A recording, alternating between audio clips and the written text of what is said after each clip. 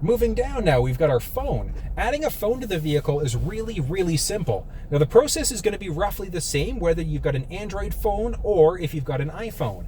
So I've got an iPhone here to use. What we're going to do is take a look at our Bluetooth.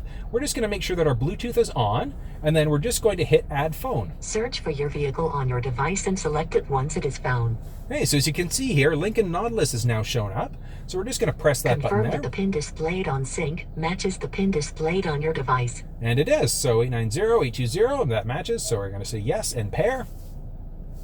We've got a couple other messages. For your safety, please stay alert to changing road conditions and use Sync's voice-activated features while your vehicle is in motion.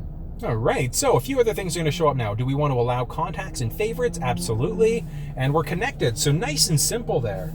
Now, the last one here is going to be for 911 Assist. So 911 Assist is only available if the phone is connected to the vehicle. So we're going to turn that one on and then automatically download contacts. Yeah, of course. Why wouldn't we want to do that? Now, with your contacts downloaded, you can press the voice button on the steering wheel in order to be able to connect and make phone calls based off of whoever's in your address book. So I always recommend auto download contacts.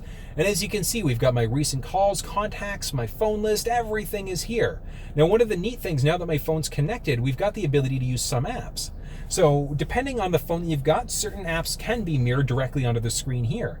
So we've got LiveX Live, which is a radio app, Spotify, etc. would all work through the center console screen here. Or for navigation, if you use the Waze app, it will show up here as well. Now, the vehicle does have Android Auto and Apple CarPlay. Apple CarPlay, you do have to be hooked up using one of the USB ports. Android Auto is just over Bluetooth. In order to remove a cell phone from the vehicle, all we're going to do is go to Settings here, and we're going to click on Phone, View Devices, and we've got my phone here, so we're just going to click here. Now we can either disconnect or we can completely remove it. So we're just going to hit Remove, and yes. And as you can see, it's now deleted the phone. If we jump back into Phone here, phone is now deleted from the vehicle. So it's really, really straightforward.